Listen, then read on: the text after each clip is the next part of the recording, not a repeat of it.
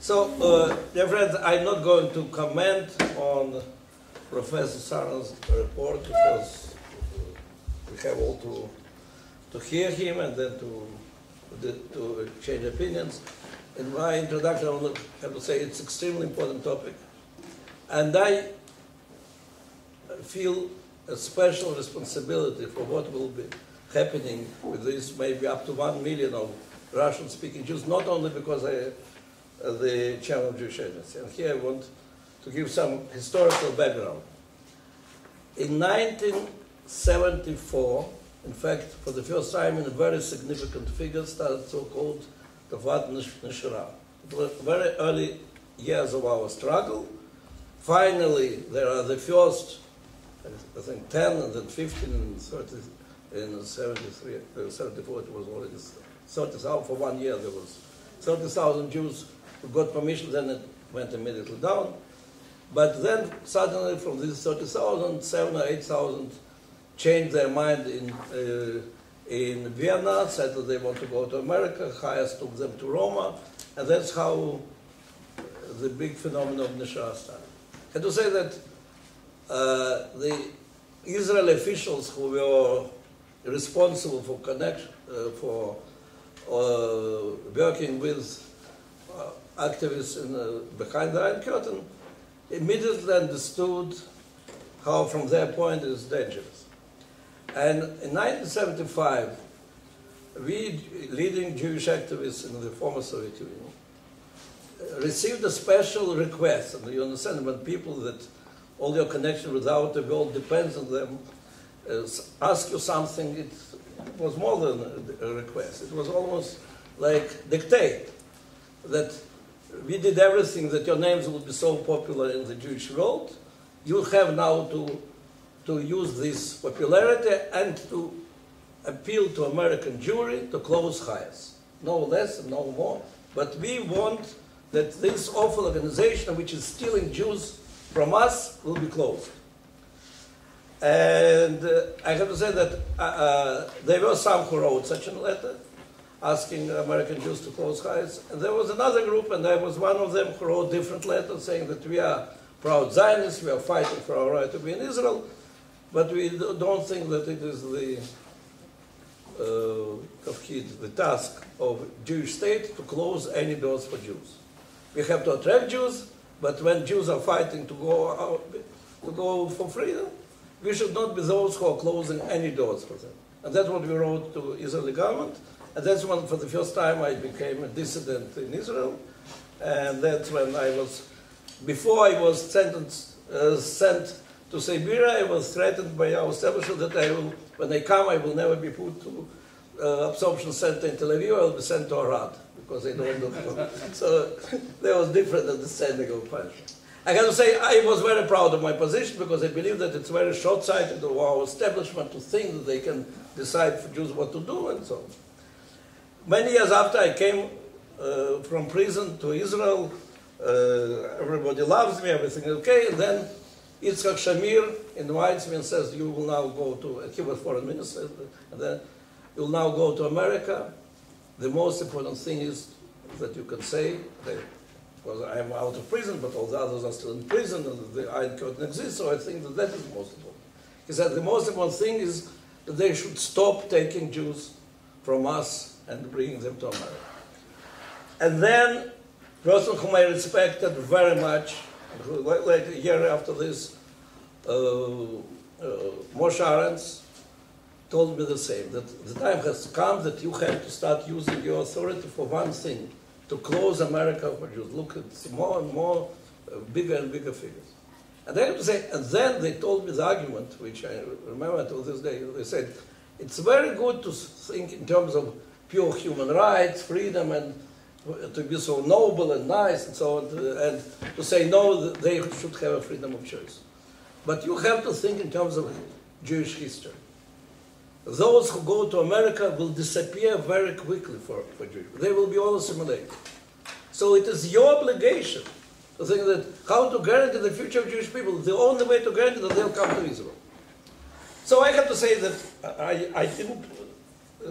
I believed always that when we'll opens the gates of the Soviet Union and will create the special conditions, majority of Jews will come to here, and that's what happened. Nevertheless, 1 million or whatever will went to other places.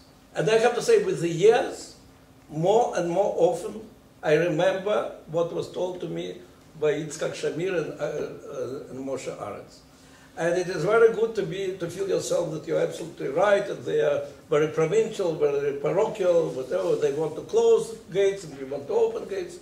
But in historical terms, with each of the statistics, it shows that assimilation among Russian-speaking Jews in America is even bigger than assimilation among those whose first language was not Russian.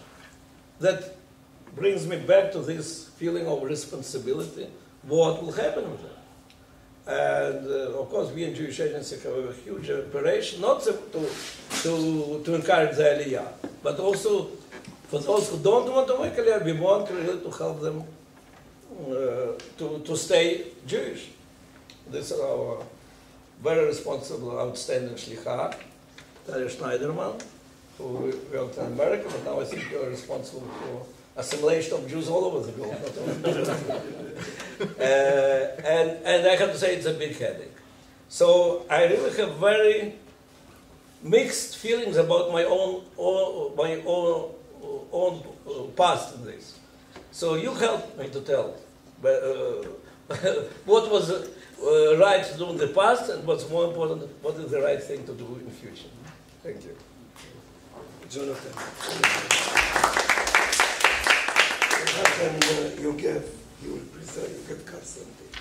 present his work on Israelis. Another problem, those who are speaking Russian or those who are speaking Hebrew in America, they are all assimilating, so another big headache. Okay. So I'll speak English then, and then everything will be good. I thought I would speak in Hebrew, but I'll follow, and it's a great honor to follow Natan Sharansky, and I'll talk a little in English. You have, of course, the text, which is there to be read. I would say the overall theme, which I think is important, is that the Russian Jewish community in the United States is really coming of age. And it is changing American Jewry. And I don't, although there's been much work on Russian Jews in Israel, there's been very little, and I'm so grateful to the JPPI for sponsoring this research, very little on Russian-speaking Jews in the United States, and I'm hoping that this will focus some attention on it, because the truth is that the character, future destiny of the American Jewish community is certainly tied in with the demography, complexion, politics, and religious life of this community. I do think that we can learn something, I'm a historian by trade, from the earlier story of immigration to the United States. We had, after all, 2 million Jews from Eastern Europe who came to the United States from 1881 to 1924. Many of them similarly were Jews who had sloughed off all aspects of Judaism. They joined communist or socialist parties. People worried at the time, will they all be one-generation Jews? In some cases, that fear was realized. In many other cases, their children and grandchildren moved in another direction. I have largely argued that American Jewish history needs to be seen in cyclical rather than linear terms. Here in Israel, the tendency has more been to see it in linear terms, as if everyone starts religious and ends up intermarrying. But that's for another day. Let's focus on our subject. Nevertheless, that earlier experience suggests alternative possibilities. It is certainly not predestined that Russian-speaking Jews will assimilate and vanish into the mainstream, and we certainly should not imagine that it's predestined. It's in our hands. Now, the size of the community. Without running through the argument, I argue based on quite a lot of data, including a good bit of U.S. Census data, which is much better than the kind of data that the Jewish community creates, because the United States Census is much larger. I argue that there are about 750,000 Russian-speaking Jews now in the United States. Some of them are people who indeed came as refugees and their children, but a surprisingly large number are people who first came to Israel and then who managed to come to America. They came as students, they forgot to go back. There are people who come from Germany. The community is full of Russian-speaking Jews for whom America was not their first stop after leaving the former Soviet Union. They are, so to speak, transmigrants. Now, the very term I use here may be strange to some of you Russian-speaking Jews, Yehudei Dovrei Russit. This, I think, is an interesting locution that is now being widely accepted in the Jewish community in North America. It suggests a language-based identity rather than any other. Now, part of the problem is that, of course, many of the Jews were not Russian at all. I mean, we called Gruzian Jews, Bukharian Jews, Russian Jews in America. They were appalled. And this allows for a cultural identity. It also includes children who are American citizens, who are American born, but who are speaking Russian. But the key conceptual point is it highlights what Russian-speaking Jews see as the crux of all that sets them apart from other American Jews, and that is their distinctive cultural heritage. More culture, I would say, than religious. Now, in terms of where they live, today about half of Russian-speaking Jews in the United States live in intensely Russian-speaking communities, meaning apart from their English-speaking cousins, apart from the rest of the community. A quarter really live often apart from other Jews. They've gone to universities or teaching, and they live as often the only Russian-speaking Jew or a small Russian-speaking Jew in the community, and others, are in mixed communities. Over time, this we've seen this any number of times in American history. It's safe to predict that there will be a movement away from language-based neighborhoods. That is, the children and grandchildren will surely not be there, and many have, and we've already seen a movement out of those intensive first areas of settlement where everybody was Russian. What is particularly significant, and I think this is what Natan was suggesting, Russian Jews want to be part of the American mainstream. If you want a fancy term, this is what sociologists call host country orientation, meaning unlike Israelis who 50 years later tell you, oh, I plan to return to Israel. All Israelis in America tell you they're only here temporarily in America. Not true of Russian Jews. No, I've never met a Russian Jew in America who mitgagea, I want to only go back to the former Soviet Union. And actually, return migration is very small and not an issue. There are some, but it's very small from the United States. Now, it doesn't mean everybody is equally satisfied. It's true among all immigrants and true among Russian-speaking immigrants. The older they were when they emigrated, the less happy they were, the more difficult it was. Remember, and this is often forgotten, when Jews left the former Soviet Union, many times they were forced to take grandparents along.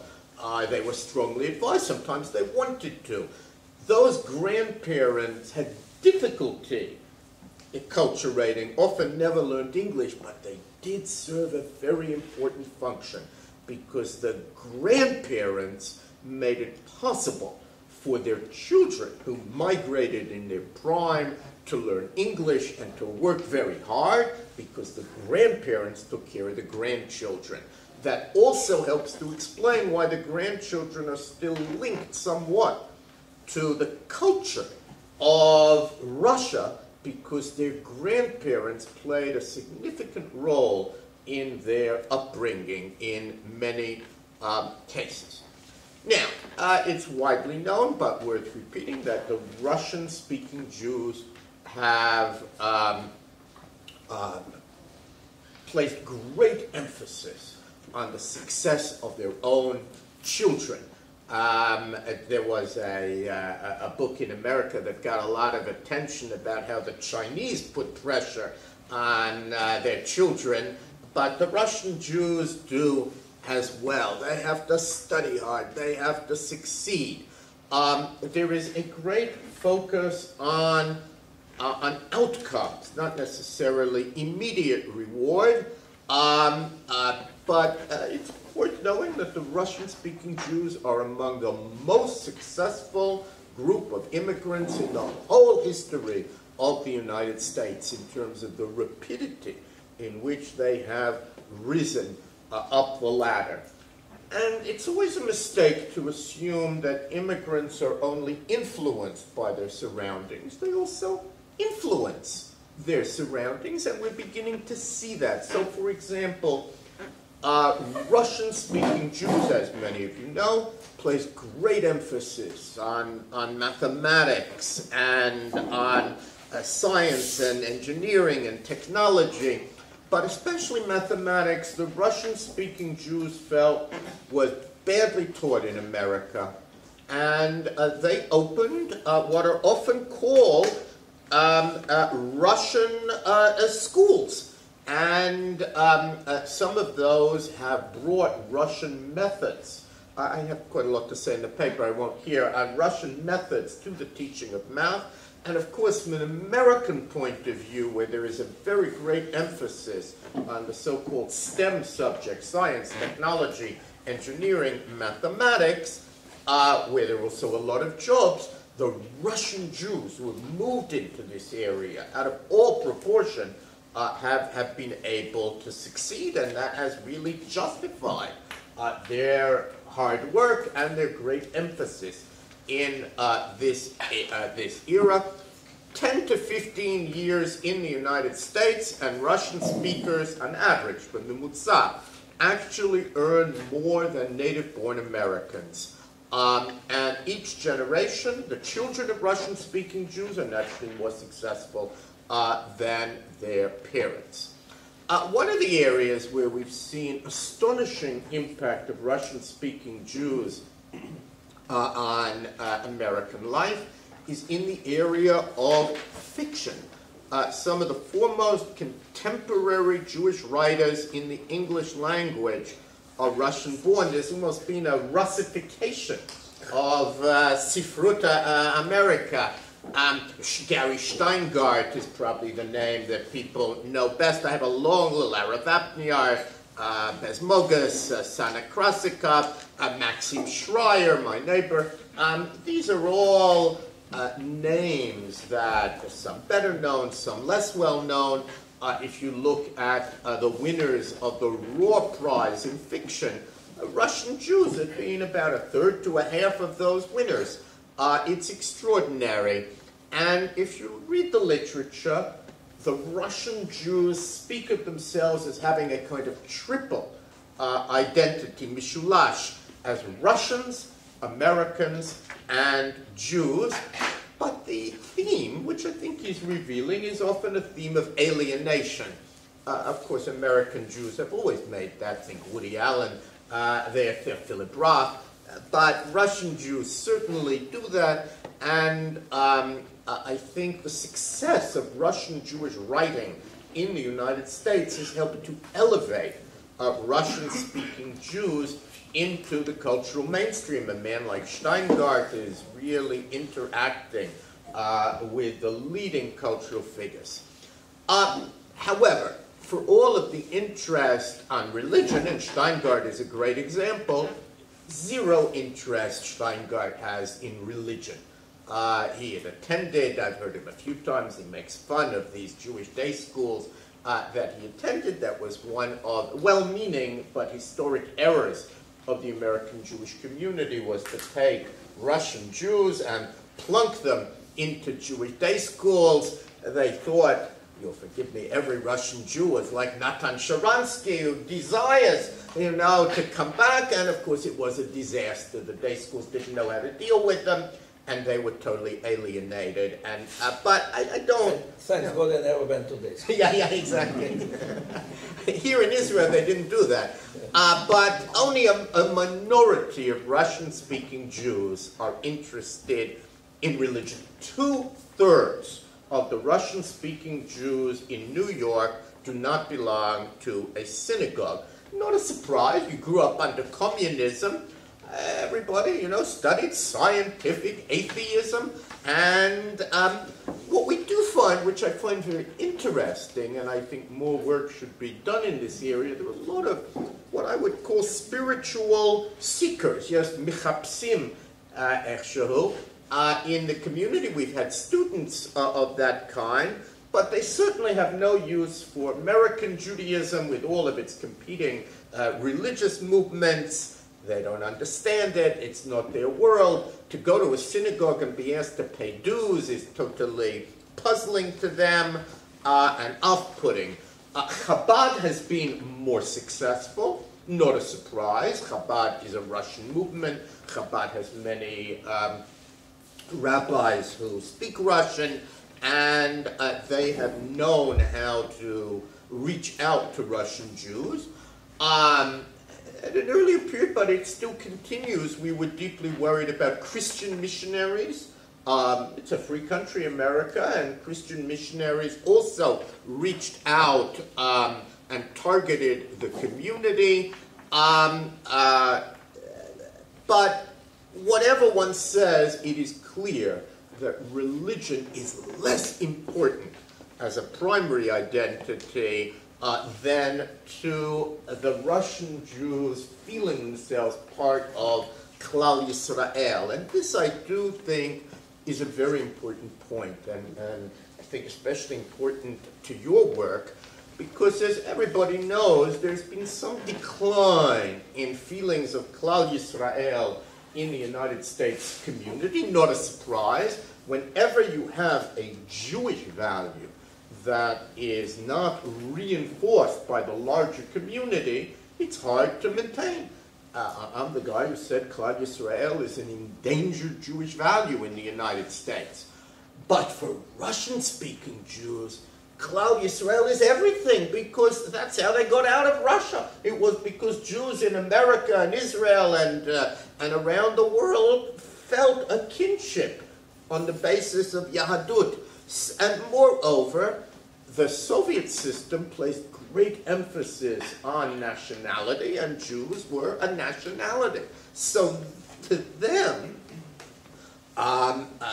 this notion of Jewish peoplehood is absolutely central.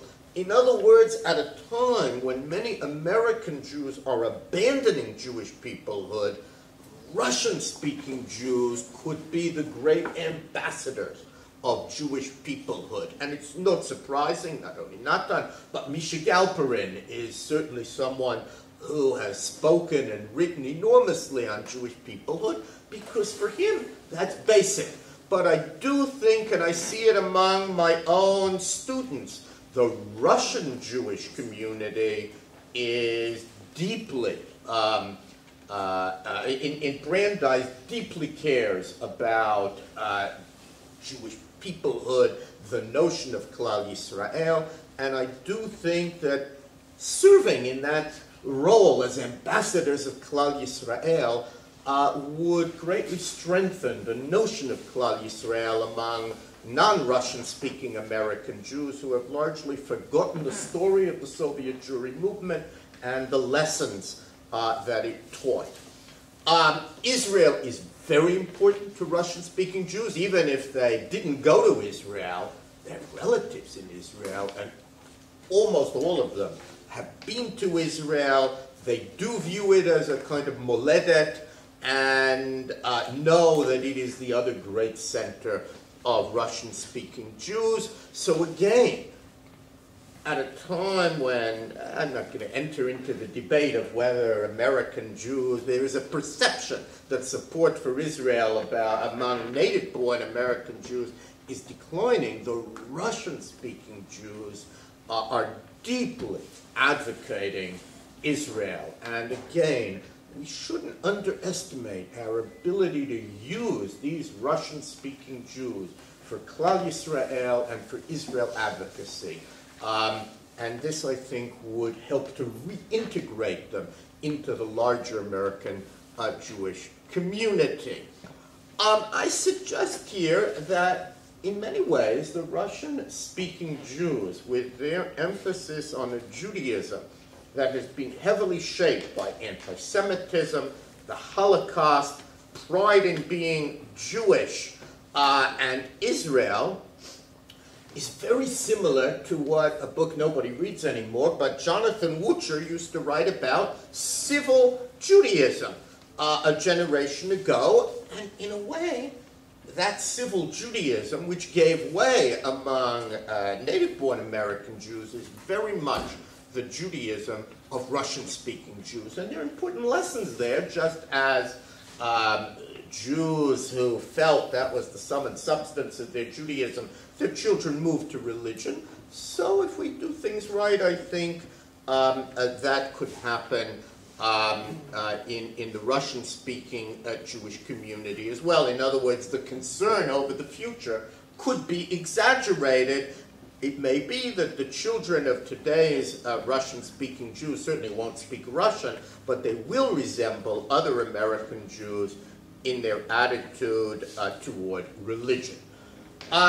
Politics, there's been now some work. Russian-speaking Jews are more conservative politically than the mainstream of the American Jewish community. They've tended to vote Republican more. No party can take them for granted, but we have seen now a few cases in the local area. I told about one in the paper where Russian-speaking Jews have begun to use their political clout. There was a candidate in New York who was perceived to be an anti-Semite, and they turned out in very large numbers to defeat him when that was made clear. From the point of view of the American Republican Party, they view the Russian-speaking Jews as part of their future strategy. Russian-speaking Jews, Orthodox Jews, and they add those together, and that seems like a large percentage of the Jewish community that they see as ripe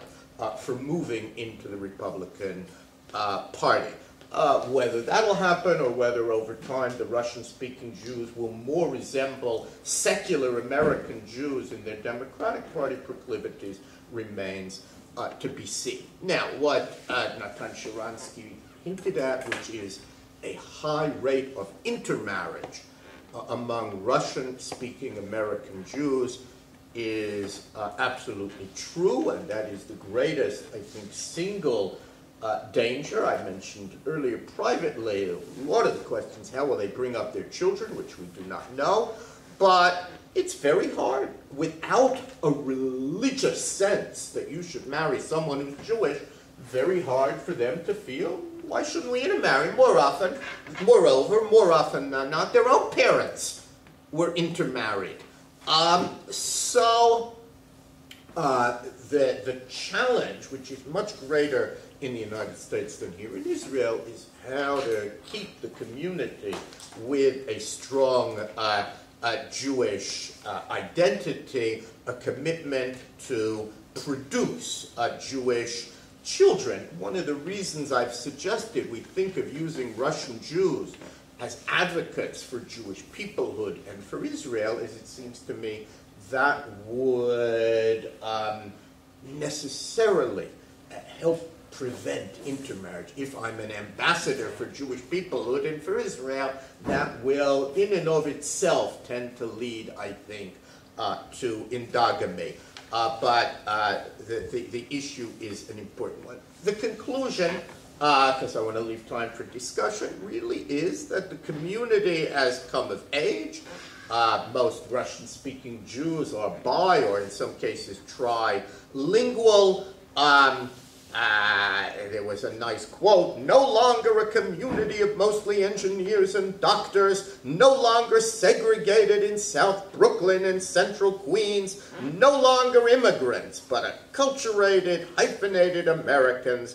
The Russian Jews are a distinct and increasingly powerful community. So one of the Jewish newspapers, that was Jewish Week, Jewish Week, cover story in the Jewish Week.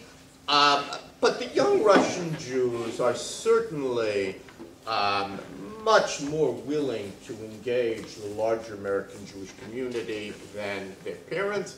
They're building institutions, making their presence felt. The if history is any guide, the sub-ethnic identity, meaning Russian-speaking Jews, will erode much as Yiddish-speaking Jews in America ultimately lost that identity. America is very unsupportive of language identity, separate language identities over many generations. Hispanics a bit of an exception there, but we find already the children of Russian-speaking Jews, they may speak Russian, but they don't read Russian, and their children probably won't speak it. That, I think, is the pattern. But in the near term, and with this I'll close, Russian-speaking Jews are clearly strengthening American Jewish life. They've contributed to a rather unexpected surge in the American Jewish population. When you hear that there are 6 or 6.2 million Jews, and you used to hear 5, that's Russian Jews. And they've certainly succeeded economically. They've reinvigorated American Jewish literature.